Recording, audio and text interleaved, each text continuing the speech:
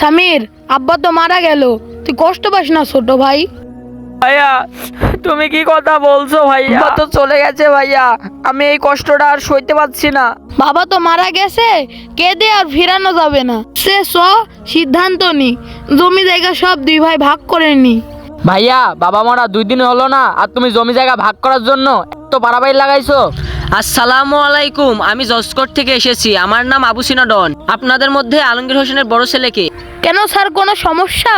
হ্যাঁ, আসলে অনেক বড় সমস্যা। তোমাদের বাবা আমাদের ব্যাংক থেকে 20 লক্ষ টাকা লোন নিয়েছিল, এখন তো সে মারা গেছে। এখন আমাকে কোর্ট থেকে পাঠিয়েছে, এই টাকাটা যে কে পরিশোধ করবে আমি তো খুঁজে পাচ্ছি না। এখন আমাকে বলা হয়েছে আলমগীর হোসেনের বড় ছেলের কাছে যাইতে, এজন্যই আমি এসেছি। আরে এখন তো বলা যাবে না, আমি এই পরিবারের বড় ছেলে, তার সাথে ওকে আমি ফাঁসিয়ে দিই। হ্যাঁ স্যার, এটা আমার বড় ভাই আর আমি ছোট ভাই।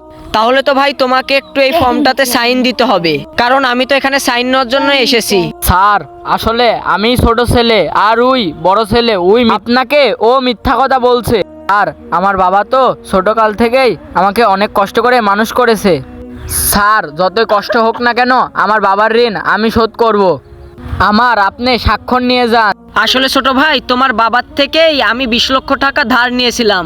এখন তোমার বাবা হঠাৎ করে মারা গেল, এখন আমি এই টাকাটা কাকে দিব এটা আমি খুঁজে পাচ্ছিলাম না।